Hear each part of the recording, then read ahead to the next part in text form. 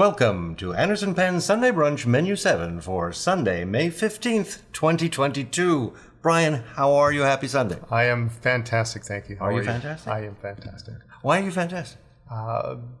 Every day I wake up and there's not a chalk line around my body, I'm doing great. Fantastic. I'm fantastic. I do understand you have a joke for me. Let's just get that out of the way right away. Well, you know, I'm constantly on a quest to continually educate myself. You're constantly on a quest to continually educate yourself. I am. Got it. And so whenever I see words that I'm unfamiliar with or I want to look up, I'll look them up in the dictionary. Yes. Yesterday I looked up opaque, but the definition wasn't really clear.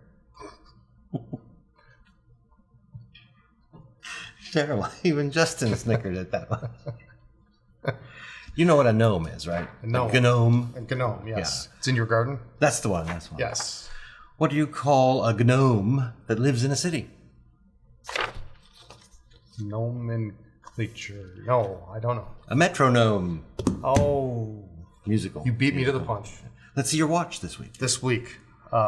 He's actually going to take it off. This week we have the Grand Seiko Sbgm 221, if you want to know the reference. Absolutely. GMT. A beautiful watch. And I have it set to... you can't see that. I guess it's hidden under the hour hand, but it is 4 o'clock right now in Tokyo.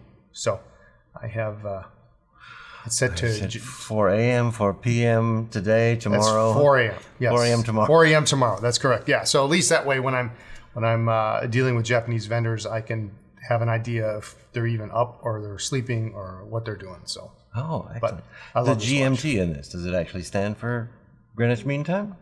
Typically, people will set their GMT to GMT, but I set mine to, you can set it to whatever you want. Right. A lot of people use it for, if they're traveling for their home time zone or what have you, but this one I set to Tokyo. Very nice. Very nice. The motherland, as it were. The motherland. Weather, we should mention the weather only because this past week we almost hit 90, and the week before that, wasn't there snow? Yeah, so if you're thinking about vacationing in Wisconsin, this is the week. This is the week. This is it. So it was the high 80s. Yeah, it was high 80s. And I don't know if we've mentioned it on Brunch. We have mentioned it on the podcast.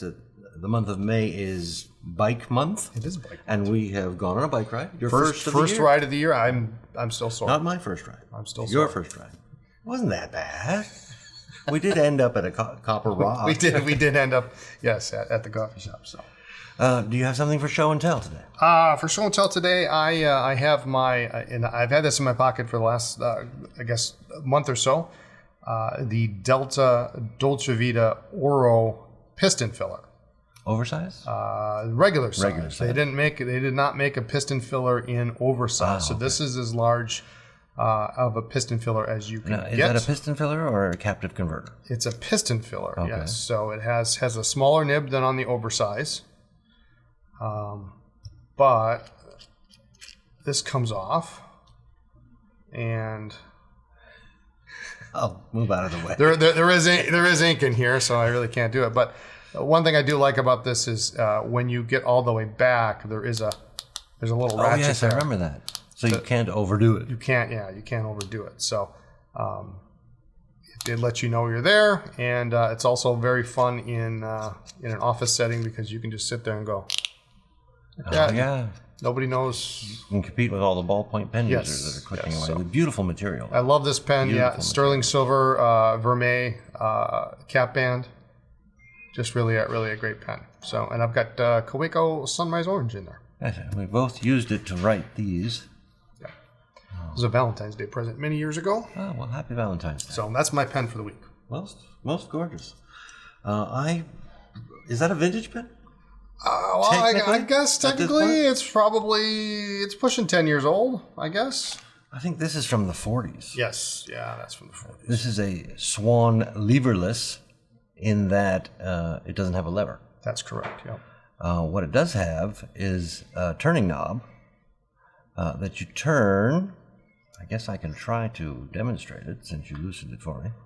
You turn this, and my understanding is that there is a bar in here that twists with this, and twists around the sac that's in there and kind of wrings it out. Okay. And then when you put it in the ink and twist it back, obviously it undoes the ringing and sucks up the ink. Yep.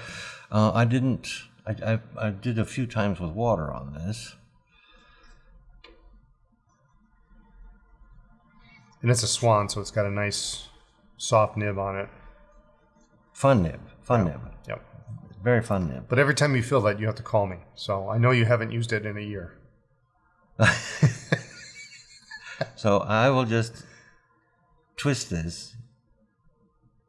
And I twist it until it doesn't twist stops. anymore. Yeah. And then...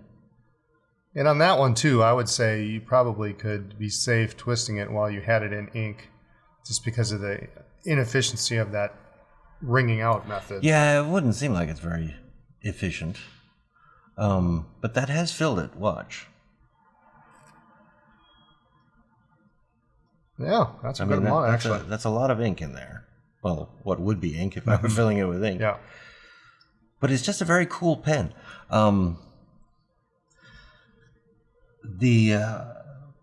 My research, such as it is, I think it is a Swan Leverless of the 4200 series, and specifically the 4260, because the 4260 was black. Okay. Other 4200 series come in different colors.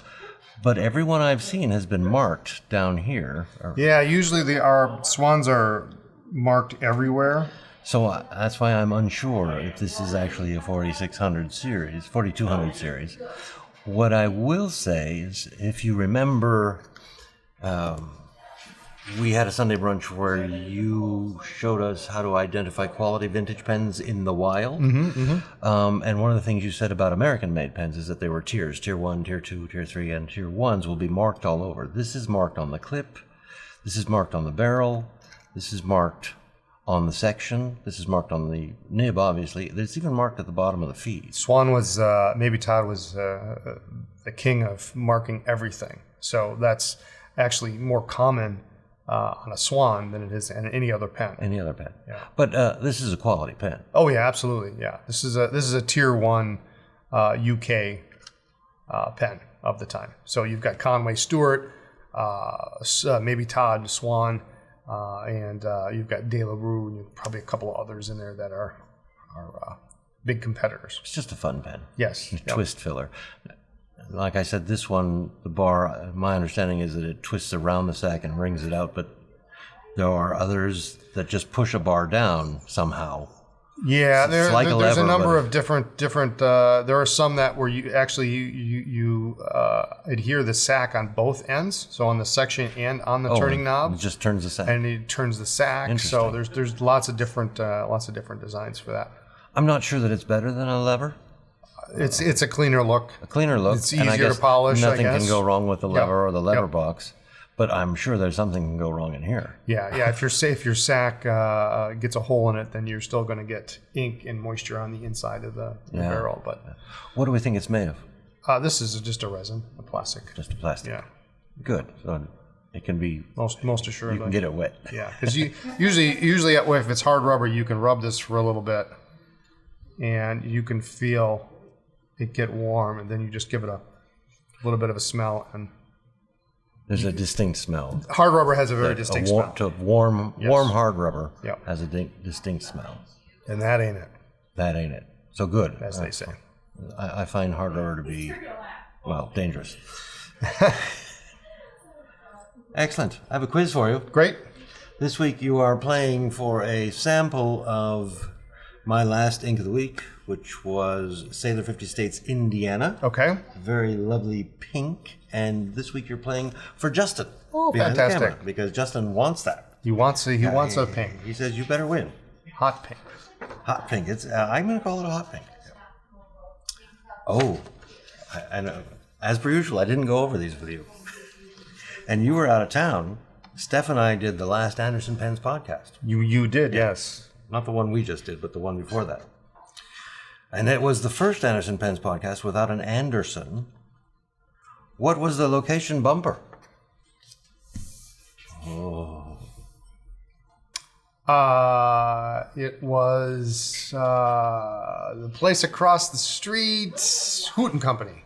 No, you were there for that. Oh! I'll give you a hint. This podcast aired on Cinco de Mayo.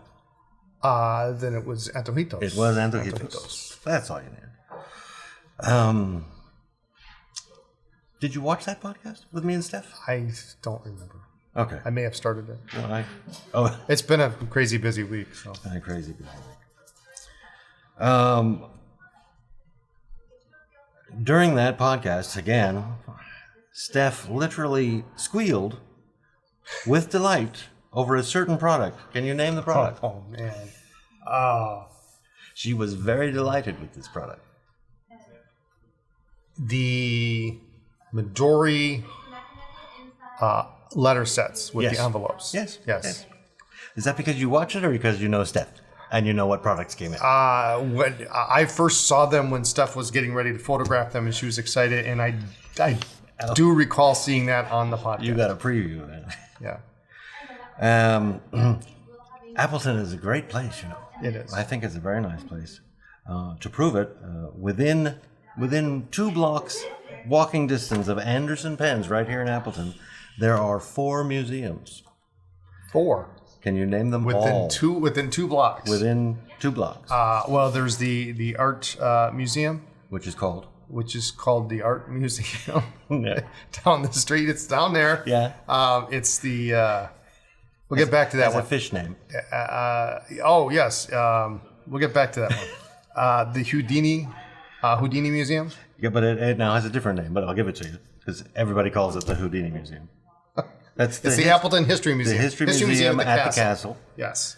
So shouldn't I get 2 points for that because it's got 2 names? Nope. Not the. It's got a fish name. Not the Swan. Not the. Shoot. What is it? It is an art museum. I don't know that I've heard people say the art museum because people usually call it the. We'll come back. There is one down the street. It's the Appleton Historical Society. That is on my list. The 4th one. It's in this building, Brian. It's in this building? The Kids Museum. Yes, the Children's Museum. I can't remember the name of the other. The Trout Museum. The Trout. Yes. Okay. So, congratulations, Justin. Justin, you are the winner of Sailor, Indiana. This week, Brian's going to show me and everybody else how to take these converters apart. We said piston converters specifically. Oh. Because, or if you brought more than just piston, that's fine. It is oftentimes I would like to take them apart to clean them.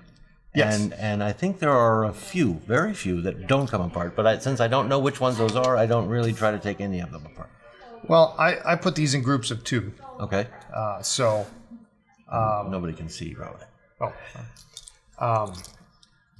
Those that did come apart and those that I wasn't able to get apart. Okay. But for the. Just keep moving it back and forth here. These are the ones you couldn't get apart. Yeah, and then so we're going to assume that they can't come apart. I am certain they do somehow, but and we'll talk about these in a bit. I'm certain that these 3 here will come apart. Just that sometimes I think manufacturers use an adhesive or something to seal that off. Well, then that would require. It would require heat. Heat, if if that would help. It should. The problem is the heat required might be too hot to get. You might end up melting your barrel here or your knob. But generally speaking, most of them are of this variety. So this is a Schmidt K5. And this is a piston converter. So if you just have the little piston rod that twists around. Okay. Mm-hmm. So majority of them come apart quite simply. This knob here just twists off. Oh, that was easy. It literally comes off. Don't lose it. And then this just pulls out. Oh, okay. And even that comes out. And this comes out. So what I do is I didn't grab it, but take a little bit of silicone grease, and I will put when I'm redoing this, I'll put a little silicone grease right here, so that this is smooth going up and down. Okay. And then I put a little bit on the head here, to give it make it smooth going down. But now this is open. You can get a Q-tip in there, really, really nice. Yeah, good cleaning on that. And at least you can, this isn't going to come off, but easily. But you don't need to take it off. But you can get a Q-tip in there. You can scrub in there. Always, when you take them apart, always put the silicone grease back on. And most of these a lot of them don't have a particular way to go back together. So even though there is a notch there, I'm going to push down. Okay, so the notch doesn't line up with it. On this particular one, it doesn't really, I guess there is hard to see here. I guess there is a line up there. Oh, okay. So you line that up. And then this just goes back on and screw it on. No adhesive necessary. Just make sure it's tight. Because if it's not tight, then it will leak out the back. Can't have that. Yeah. So could you grease that? You could. I don't know why you would want to, unless it was really, really well. Yeah. The only problem is that also makes this a little bit more. That makes this easier to come off. So usually I don't, unless it's really, really bad. So that's your standard. That's your standard piston converter. Here's another one. This one is Faber-Castell. So this is like a Schmidt K1.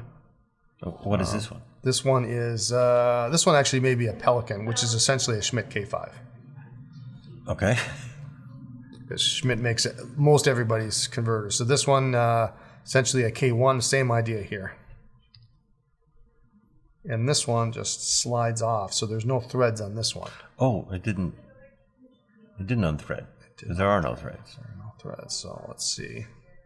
Should be able to pull that out.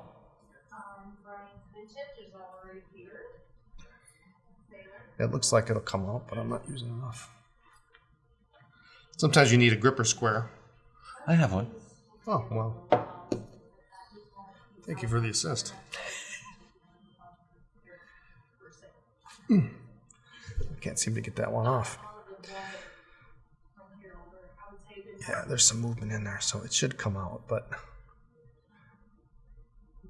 this one you might have a little bit harder trouble with. So they may have put some adhesive in here.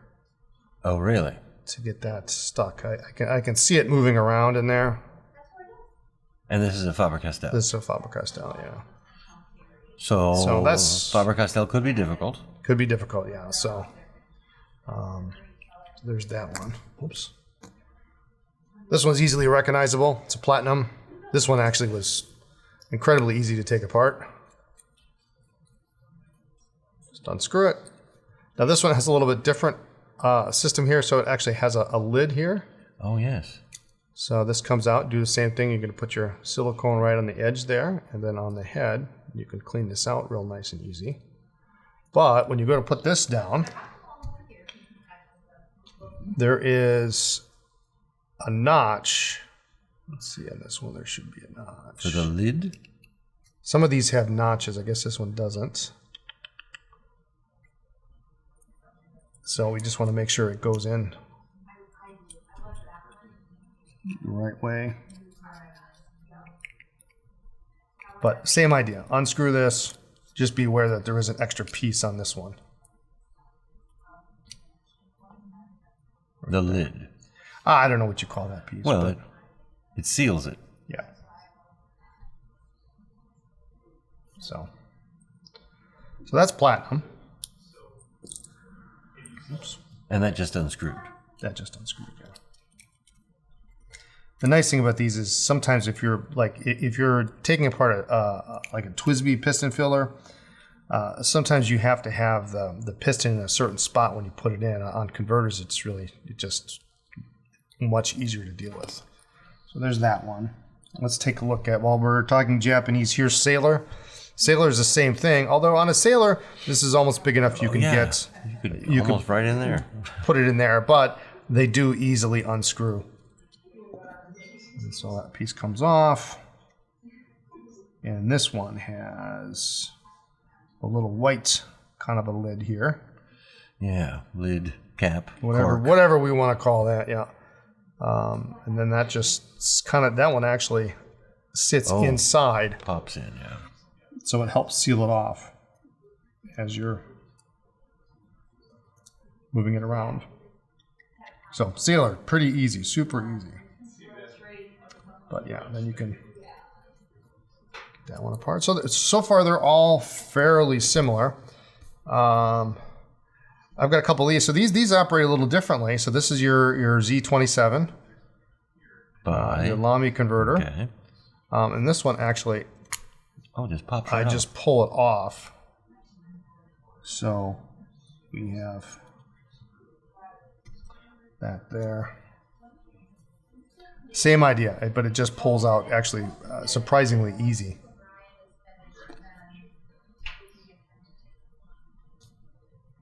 So that's all there is to that. But you want to make sure this one holds on pretty tight. So, but does not screw. But does not screw. So that last little bit. That's a friction fit.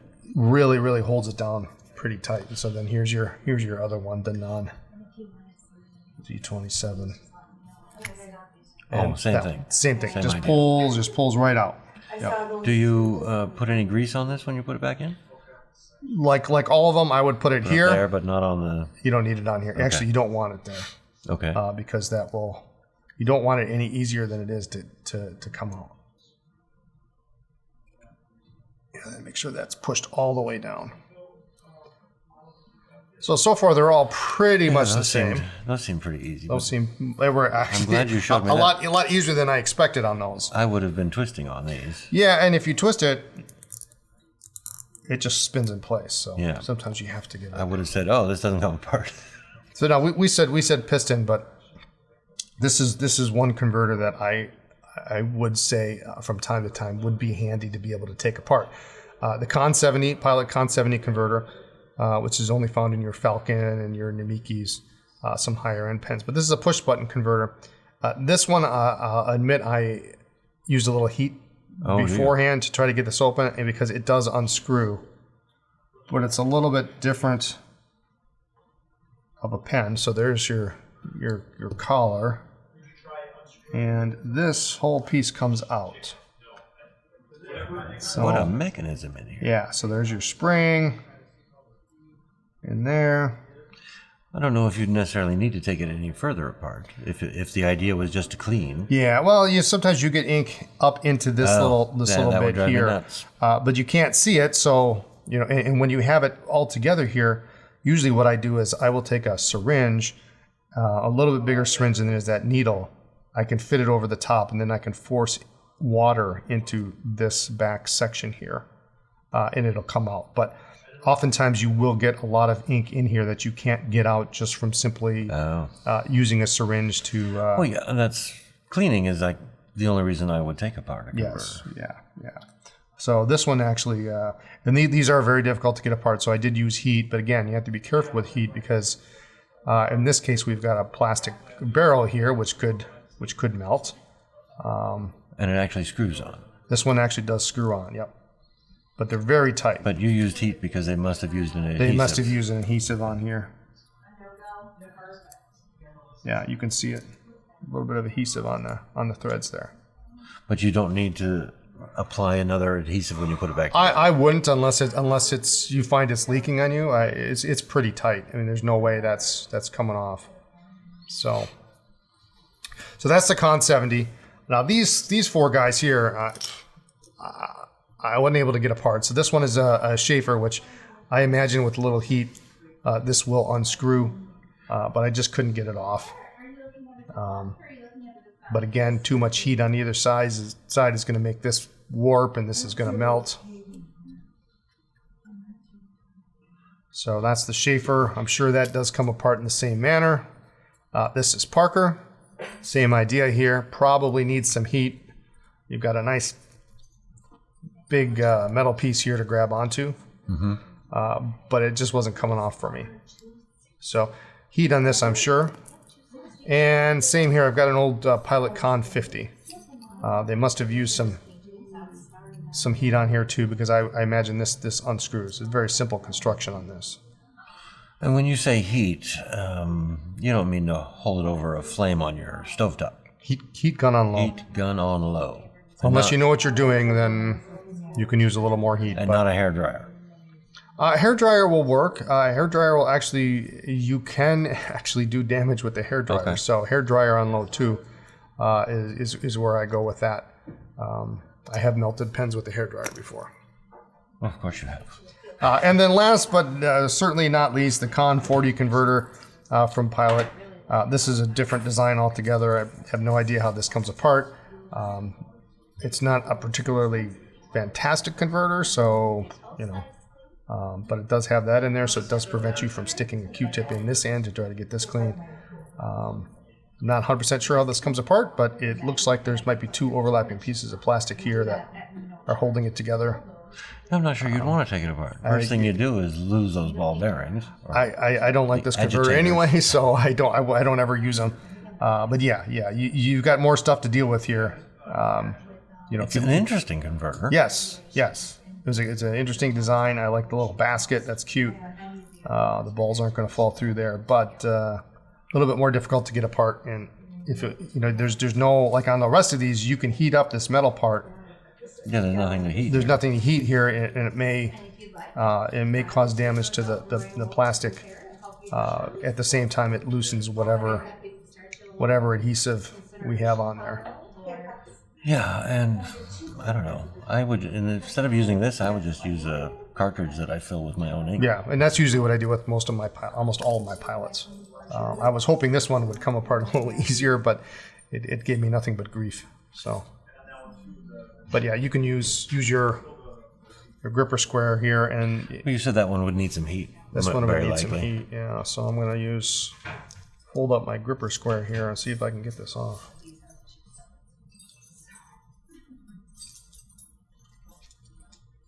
No. Well, don't hurt yourself. It's not coming apart. So, but for the most part, most of your converters will just simply unthread and then pull them off. Right, and I have done that before, but if the converter I'm trying to take apart, and the only reason I would take it apart is if I'm trying to clean this out, and get every little bit of ink out there. If it doesn't just immediately open like that for me, You're done. I'm not going to try any heat. I'm not going to try the gripper square, because I guess until we had this discussion, I wasn't sure that I would never do any harm if I tried to twist it and it wasn't. No. And like the best part is we're only... You just tried with a lot of force and it just didn't go. So. I mean, we're dealing with a $10 or less part. So worst case scenario, you just get another converter. Now, if it's a converter they no longer make, then maybe I would say... Oh, that's true. That's true. Be a little more careful with it, but... So if it doesn't come apart with your fingers or your fingers with a gripper square, you might think about trying a little heat. Yeah, and for the most part, the ones we showed right here that actually did come apart, those except for the Con 70, it does require heat because that one is tough. Most of these all came apart without any heat at all. I just took them apart. They should be easy to take apart. Yeah. So. And I like the ones that can take apart because I do like to clean. It is nice. When I'm going to clean, I want it all gone. Occasionally we'll get pens in here for cleaning, and the converter's just as bad as the rest of the pen. It's, they're transparent, and you look at them, and then they've got, tossing around here, and they'll be the same, be some brown or some dark red or something, and you just want to get all that out and get that cleaned up because if you have anything in there, it's going to mix in with the next batch of ink that you're plus it's very satisfying to get in there with I usually take a Q-tip and then round it through my fingers so it makes it a little thinner and then put it in there and twist it around. And it's very satisfying to get the last vestiges of whatever was in there. Yeah, and it's an easy thing that anybody can do.